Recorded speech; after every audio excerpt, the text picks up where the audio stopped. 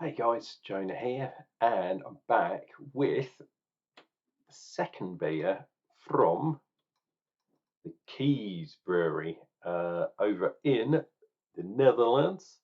So let's try and get a bit of a shot of this bad boy. And put it really close. It'll force it, hopefully, to do a bit of a refresh. There we go. Yeah, so Brewery Kees, 5.8%. It says here.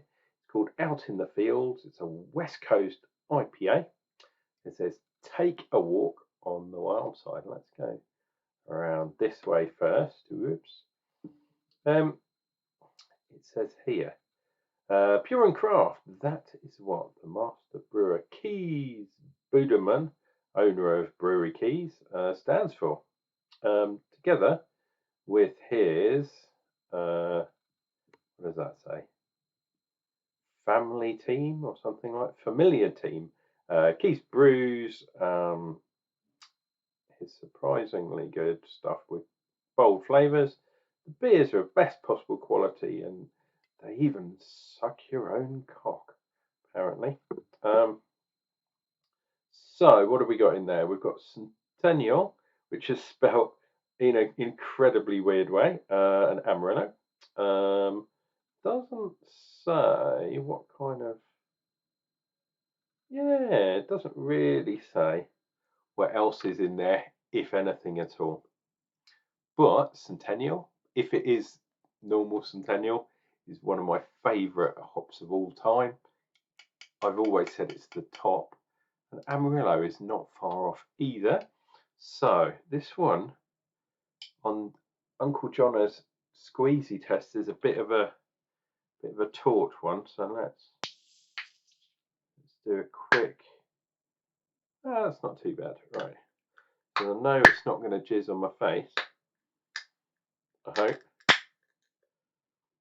Open that very carefully because it was really taut. And yeah, let's go for a nice pour. Try and force a bit of the head on that bad boy.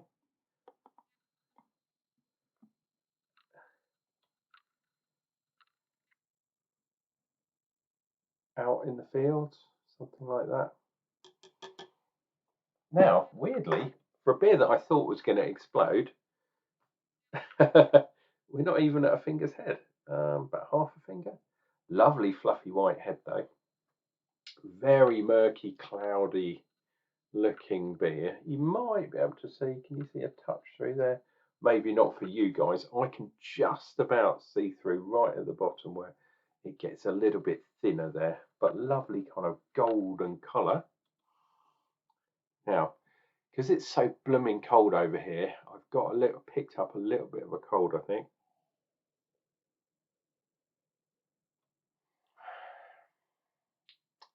So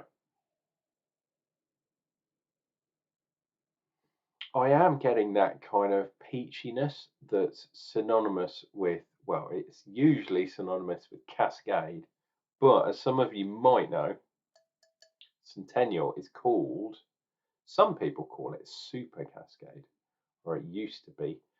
Amarillo, I always get a sort of orangey marmalade thing going on, but not getting that so much.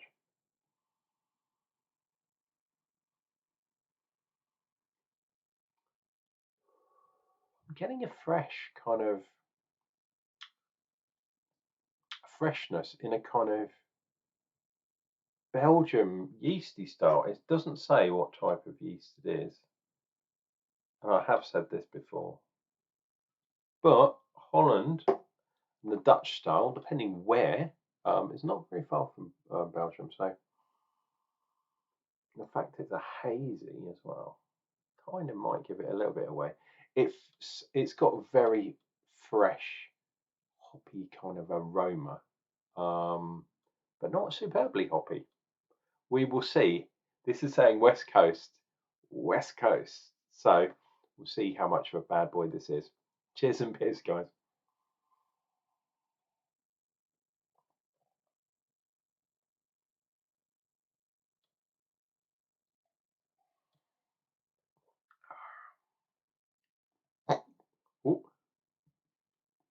quite carbonated. Gave me a bit of a hiccup there. Wow, interesting. That's not as ludicrously hopped as I thought it was going to be perfectly honest. But yes, there is definitely something going on with the yeast there. It's giving me, and it doesn't say there's anything like oats or wheat malt or something like that in there, but there's a lovely smoothness there too. I think there might be some adjuncts in there, but that it hasn't said on the side of the bottle, the can, sorry, in the ingredients list. However, it might be coming from the yeast. It's weird. It's not giving me that full-on kind of centennial vibe that I was hoping for, but it isn't also giving me the full-on Amarillo either. It's definitely a mixture, and it's a lot lighter than I thought it was going to be for what's supposed to be a West Coast style. Let's dive in.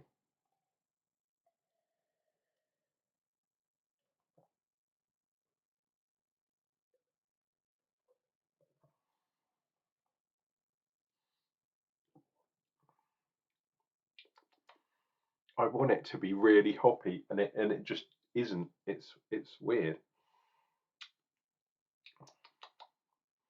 So yeah, I wouldn't say necessarily that this is on style for a West Coast IPA. Look at that. Weirdly enough, I've got some tide lines, which usually is a giveaway that there's something else in there. But who knows? There is hoppiness there. Don't get me wrong. But I know what these hops are supposed to be like. Actually, that's interesting. The fact that they spelt the hops in a different way. Let's put that back up there. See if it can focus. It should say Centennial.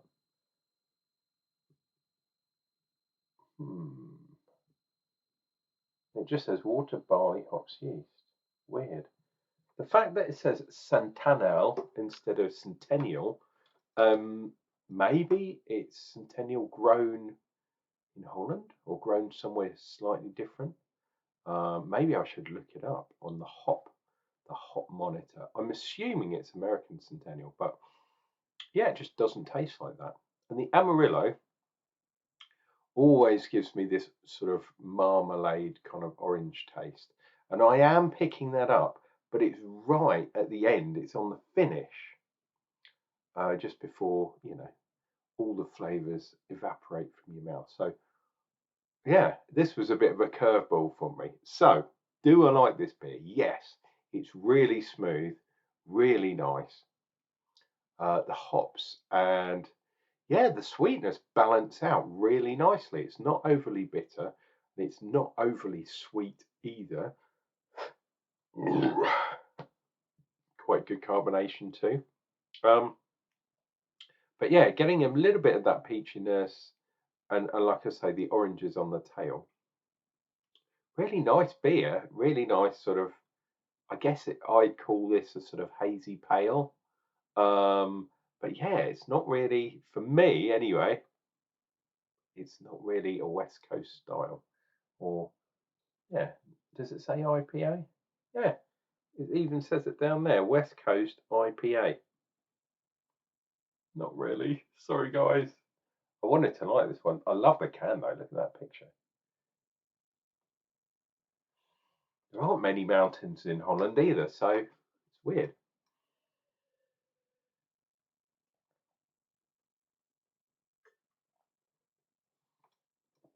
Oh. The only thing I'd say is perhaps, yeah, look at that. I'm getting the tide lines. They're not really strong, super ones, but definitely getting the tide lines on that bad boy as well. Oh, yeah, the only thing IPA about it is the strength because I think it was 5.8, so close up to 6% is puts it in IPA territory as opposed to pale ale territory. But but for me, it just tastes like a pale ale. Maybe my cold, and it is not COVID, by the way. Maybe my cold has kind of deadened my senses for beer tasting, um, which yeah would be a shame. But hey, to thine own self be true. Yeah, so hopefully you've enjoyed the trip to Holland for Keys, even though I think I said this yesterday, but it's weird that there's, or suspect I should say, that there are two beers from the same brewery that span different yeah, different boxes from Beer 52. Basically, it says to me they've got a shipment in and gone, we can't really fit that into that one. I know, we'll put it on a different box.